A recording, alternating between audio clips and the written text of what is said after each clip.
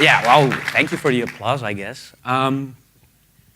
You know, it's quite something to be asked to take the stage during the Hero conference, the same stage that Mrs. Zimbardo will be on later, because you'll hear a lot of deep and profound insights about how you can become an everyday hero, what you can do in your own surroundings. You'll hear like universal truths about human nature that will resonate through the ages, and you'll hear knowledge that fuels your fire, that desire to take control of those forces that shape history and bend those forces to your will.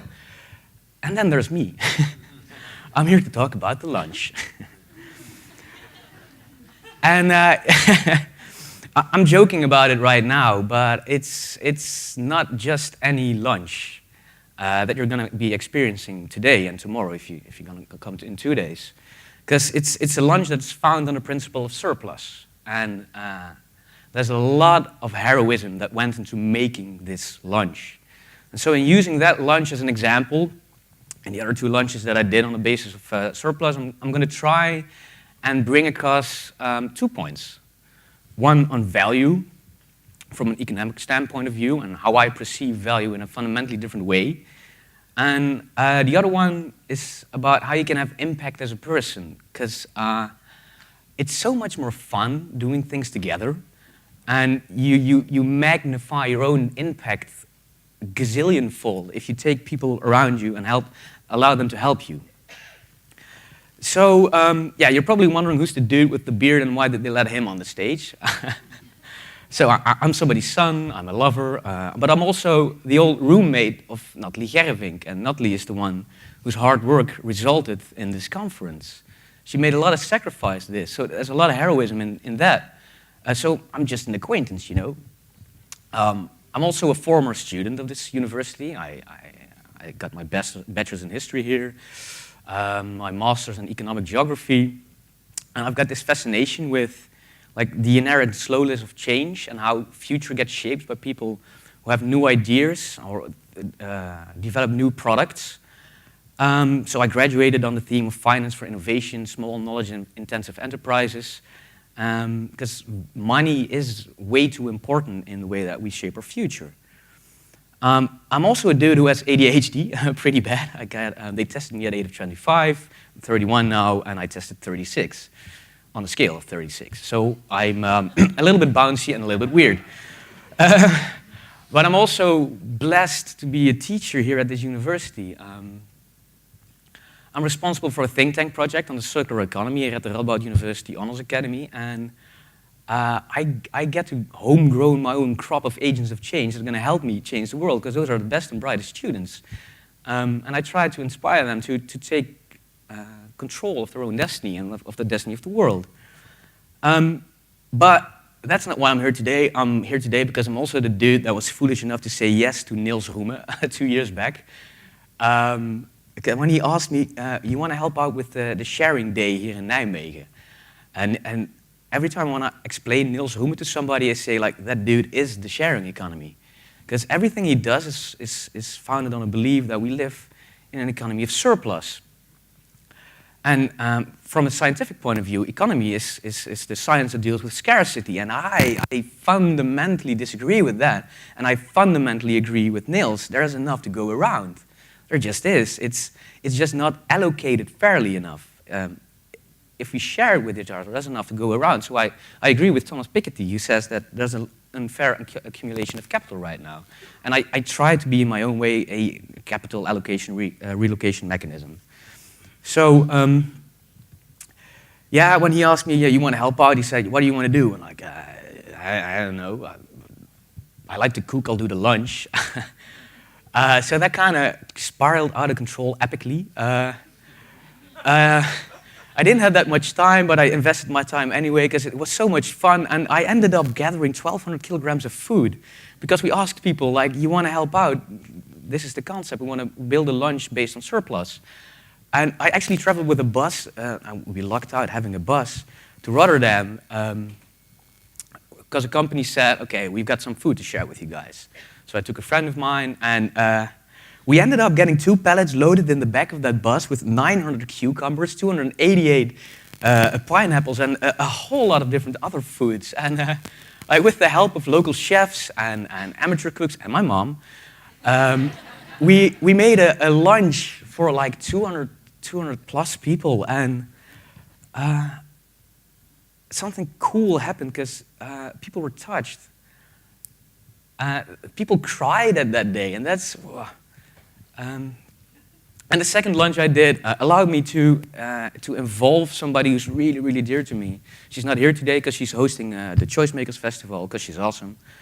But she was at a really dark place of her life last year because she just lost the man she loved, who died at a way too young age. So she was devastated, and I just pulled her into the whole organizing of a sharing lunch madness, and seeing her like rising to the occasion and finding strength again, and even discovering new sides to herself. And she's now going down a new path, and it's so beautiful to see. And no amount of monetary value, no amount of money that I will ever get in my life will surpass the value of that feeling that I got, that I could see her blossoming again in that dark time. And that brings me to my next point about I'm involved in all kind of shenanigans and stuff. I'm trying to found a couple of firms and things, not interesting. But what I do, I always do with other people, because I ask myself, what's in it for them? Because what Hanneke did, she helped me achieve my ideals. She generated value for me. And from an economical standpoint of view, one stands to argue that since nobody ever paid me a cent for the whole sharing lunches thing, that I got no return of investment. No monetary value no value was generated. That's so not true, because it was so much fun doing. I learned so much, and I felt so empowered by doing that. That's whoops. that value is still with me, and I try to connect people around all the different projects that I do. And coming back to the lunch, like it's kind of not fair that you only get to see me as the face of the lunch. That's why I asked Jorrit to be here, because he needs to stand up. You need to see this guy, because he invested so much more time than I did in this lunch. Without him, this lunch wouldn't be here. He designed the menu, he worked with the facilitair bedrijf. We were very grateful for them to working with us. He coordinated the volunteers, so that guy deserves an applause, and a huge one as well.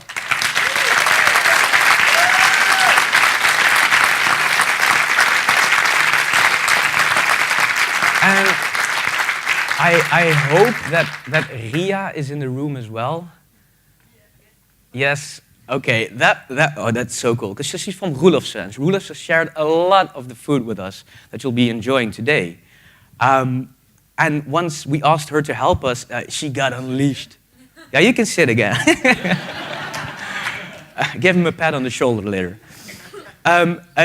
What happened once we asked her to help us is she not only inspired her colleagues to try and save as much food that didn't live up to the high standard that Roelofse has when they deliver to restaurants, she ended up calling her suppliers as well, so we got so much food to share with you today. And the last dude, he's not here, he's Bob Hutte. He's a brilliant entrepreneur from Brabant. He has a huge catering company, 1,600 people. And he invested a shitload of money in founding the Verspillingsfabriek, the waste factory. He's actually trying to build a business around taking waste streams from industrial food processes and turning them into food. And you're going to enjoy that food, because he shared soup with us. And that's soup that's made out of the bottom end and the top end of a courgette, which normal people throw away, but you shouldn't, because you can make soup out of it. And mushroom soup, but in the production process, some mushrooms get some spots on it, and they get thrown away. Well, that's just wasteful. So we thought, let's make soup out of that. You're going to enjoy that as well. I want to give a shout out to the Americans that helped out. Like, there's a couple in the room. Yeah, over there. And a cute little French girl as well. They spent 2 days working on preparing the food. And it's their heroism, like small acts of just investing your own time and talent in it that made this lunch possible. And, you know, for me, this conference is about incentives. How can you create incentives around yourself and around other people to just take small steps in changing the world? And this lunch is one big incentive for you guys. Because the networked resources available to you in this room are tremendous. There's a lot of people with skills and knowledge and acquaintances that can help you out in trying to change the world together. So I tend to hate it when my words are just that, words. So I'm going to make them a call to action, and I need you guys to help me out with that. Because I'm going to ask you guys to talk to each other during lunch. And not like just the little chit-chat like, na. No, you know, share your dreams about how you want to change the world. Because I strongly believe in the concept of serendipity and serendipitous encounters. Like the example that I use is about penicillin. That's penicillin was discovered by a guy who wanted to found a cure for the Spanish flu. The Spanish flu killed more people than the First World War, just after the First World War. And he was kind of like the crazy scientist kind of type, kind of messy. So he had his petri dish, and he contaminated it, came back after the weekend, found there to be fungi growing in that petri dish.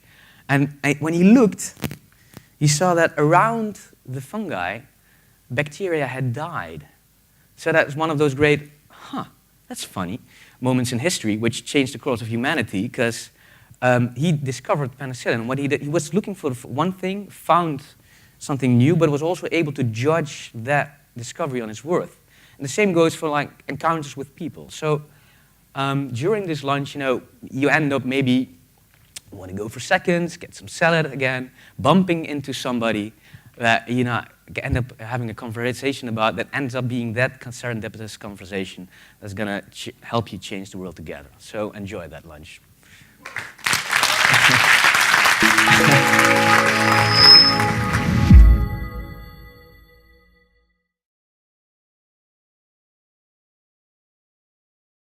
The Hero Roundtables are the global events that ask the question, what is a hero? You've just seen one hero talk. To find more and join the conversation, visit our website or social media.